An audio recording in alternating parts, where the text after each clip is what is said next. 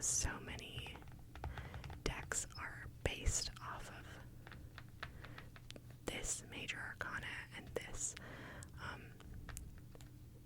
set of court cards or suits. Sorry, excuse me. So it's a nice one to learn off of. And the book that I learn out of, Learning the Tarot by Joan Benning, uses this. So I like to reference this and then kind of mix in the things from the other decks that I have. I love tarot decks so much. And they're a little bit of an investment piece. You know, something like this that's widely published is not going to set you back much. But tarot decks by artists tend to be, you know, anywhere from $30 to $70. So it's worth finding decks that really speak to you and familiarizing yourself with them if you're going to choose to do that. But today we're going to do a little bit of a different reading. I'm going to do a simple 3-card pull like I did last time.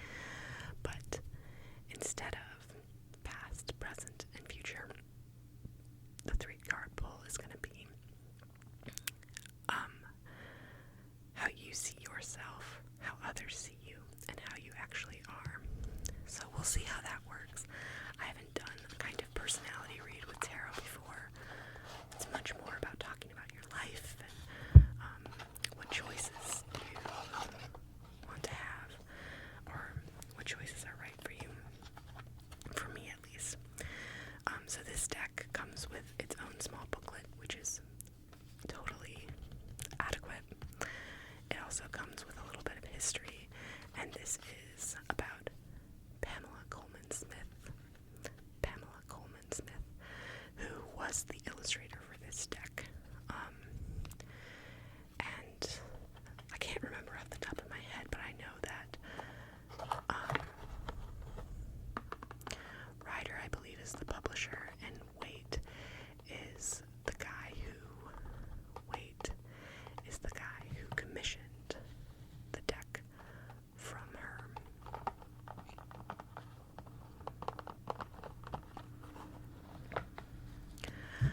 I'm not great at shuffling, as you'll see, so I just kind of try to do my best, and then normally I put it into a big pile and mess it all up.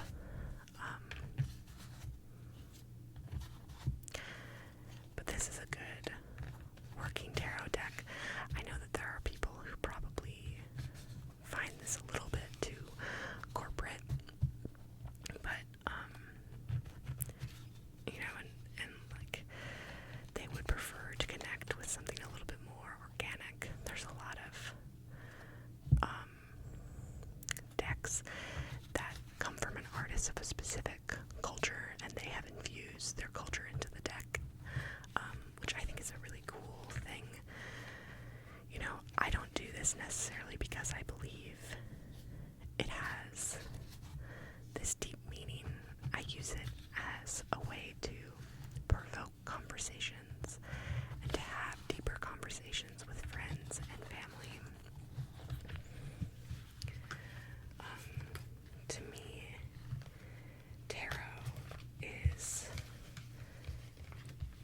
an avenue to project your own meanings onto the cards and to interpret things in ways that are meaningful to you, which, to me at least, is kind of how what all language is. You know, we create our own meaning, and that's how I like to think about the tarot too, is that we create our own meaning in these cards.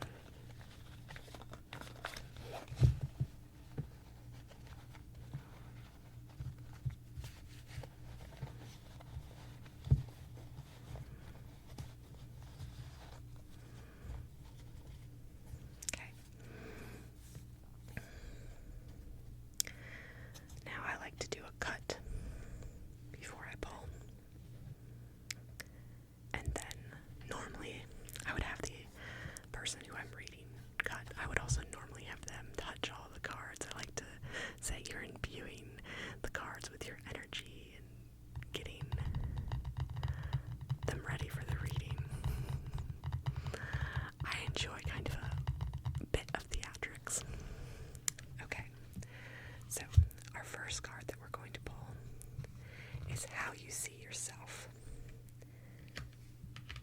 The Seven of Swords. Now, before I look up what the Seven of Swords means, because as I mentioned in the last video, I don't have all the cards memorized. That's my big goal, is to feel so comfortable with the deck and so able to interpret and work with them that I don't need to look things up anymore. But one of the things that she suggests in learning tarot, which I mentioned last time, is looking at the card and looking at the image and deciding what you see and how you interpret it, because it allows you to sort of already be thinking more deeply about the cards and creating your own relationship with your deck. So, the first thing I notice is that this guy is carrying way too many swords. Honestly, it looks kind of dangerous. And he's looking back at this sort of fair. You can see all these tents. And it makes me think he's longing for fun and frivolity, but being hard at work and kind of unable to help himself and maybe taking too much on his plate. So that is my kind of reading of it before I know what it's all about. Oh my goodness. This is a lot more intense than my interpretation. It's running away, hidden dishonor, lone wolf style. So you see yourself as sort of a lone wolf and someone who runs away. Let's see what she has to say more in depth. The Seven of Swords is tied to the Five of Swords because both involve separation from others, which is also interesting because he's carrying 5 swords and then there are 2 swords off to the side. On the 7, we see a man tiptoeing away from society. The color pavilions, which are the tents that we saw in the background. He's taken some swords and seems rather pleased with his successful heist.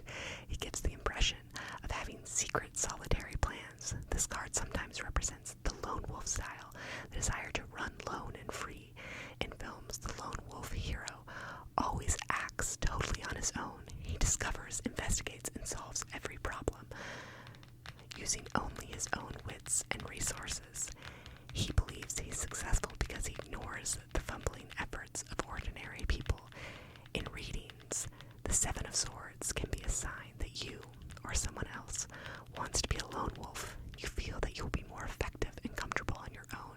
This approach is useful when you need to bypass an ineffectual group or assert your independence, but it can also be troubling.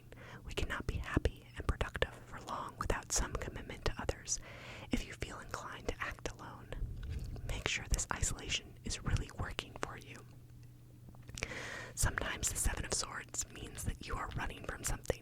Commitment, responsibility, hard work. I literally was like, this guy's working so hard. Love. You may be procrastinating, letting problems slip because you don't want to deal with them. Sometimes we just have to face what has to be faced. The Seven of Swords lets you know that when you are making things worse for yourself and others by running away.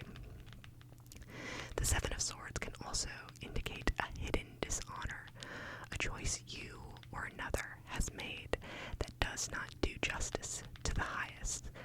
We all make wrong choices that we want to hide. Some of these are minor, some serious. Your inner voice will tell you when this is happening. When you see the Seven of Swords, take a good look at what you're doing, because hidden dishonors will eat away at your happiness and self-respect. Look, I think that this means that more so that you're a lone wolf, that you like to do things on your own, and that's how you think of yourself, as someone who's kind of outside the bounds of society. The next card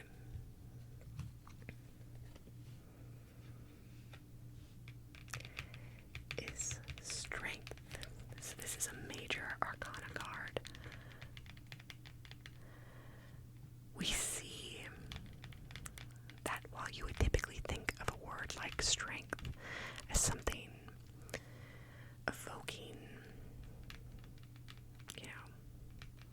a strong man, like an Arnold Schwarzenegger figure. We actually see a woman dressed in a toga-like outfit and a garland of flowers and a flower belt dripping off of her waist. And her expression is very gentle and serene. She has an infinity sign above her head, and she looks patient as she pries open the jaws of this lion creature. So there's something about strength that is maybe quieter than you suspect, and others see you as not this mischievous person who's running away to be a lone wolf, but as a quiet, strong force in their life. That's my guess. Now, let's read what it's about. So, strength represents strength, obviously, patience, compassion, soft control. Usually we think of strength in physical terms. Oh my goodness, we're really on the same page, her and I. Big arms, powerful legs, but there's also inner strength. Inner strength comes from an exercise of the heart muscle. It is perseverance, courage, resolve, and composure, qualities that help us endure when times are tough. In the past, a person with inner strength was said to have character. He or she could be counted on in the darkest moments. Card 8, which every major arcana card has a number, and the order, there's theories about the order and what its meaning is that I won't get into, but just know that when she says card 8, it is because strength has an associated number 8. Represents this energy of quiet determination. Strength is not a flashy card, but one that is solid and reliable. So people view you as solid and reliable is how I would interpret this. It also represents patience and compassion. Getting angry is easy when events turn sour, but dealing calmly with frustration takes great strength.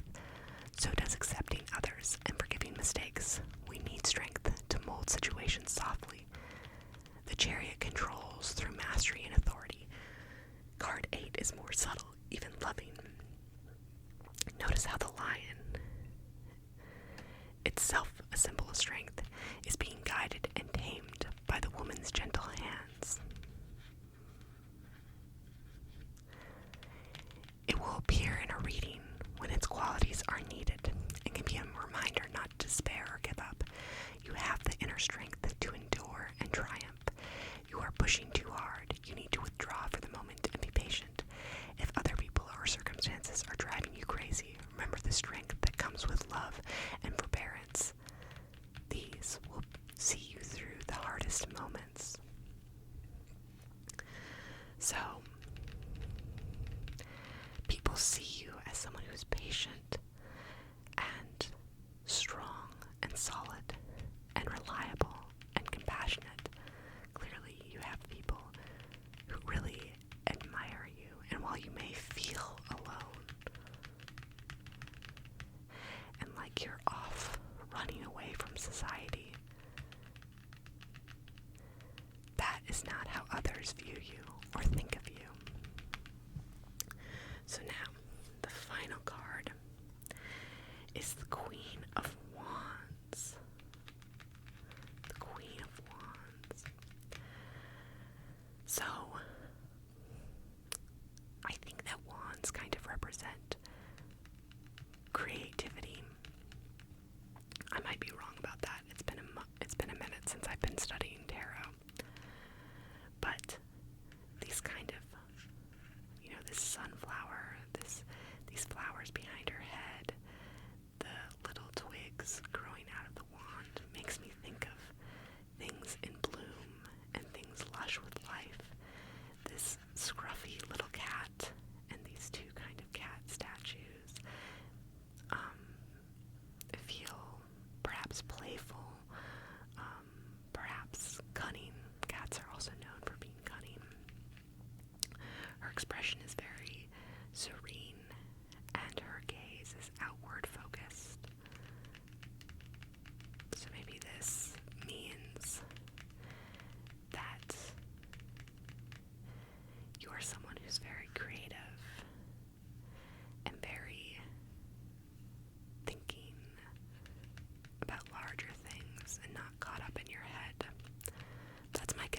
always harder sometimes with the kings and queens because they're pretty much positioned in a similar way, so you're really trying to take hints from the background when you're guessing so that you can, become familiar with the cards, as I said.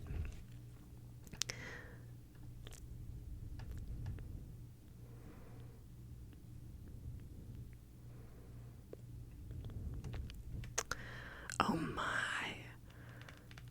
this is very nice. Okay, so the Queen of Wands in this reading represents what you actually are.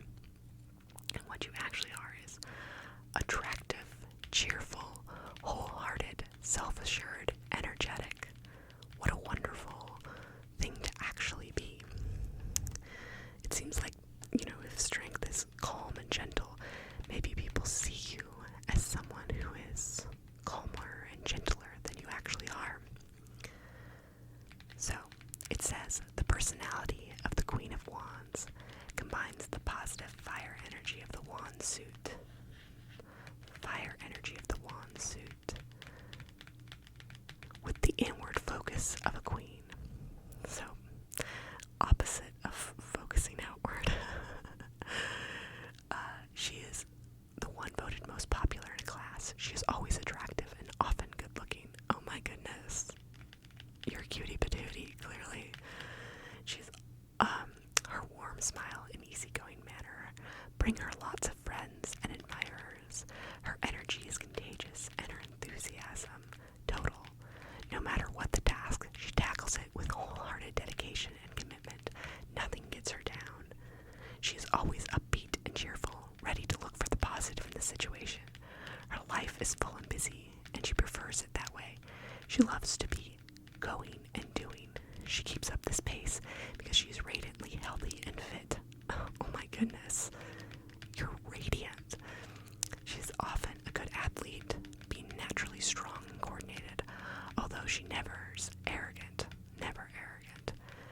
The Queen of Wands has a deep faith in her own abilities. Her quiet self-assurance comes from the knowledge that she can accomplish whatever she sets her mind to. In reading, the Queen of Wands asks you to think and feel as she does. For example, do you feel attractive? Do you believe in yourself? Are you full of energy? Can you shake off the blues? Are you gung-ho about life? This queen can also represent a man or woman who is like her, or an atmosphere of cheerful and confident enthusiasm. In a reading, she tells you that her special energy has meaning for you at this time. Let yourself be inspired by this queen in whatever she appears in your life. So one of the things that I find so interesting about this reading is that the way you view yourself as a lone wolf who runs away from people and maybe has a bit of shame is not how others view you and not how you actually are, which is just so the way it goes in real life as well as in this tarot reading.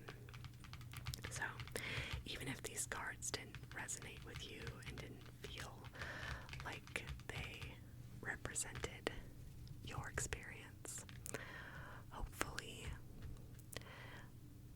you still found this video tingly and relaxing, and you can take away from it that you are probably a lot better and others love you more than you know. If you liked this video, I hope you'll consider liking or commenting or subscribing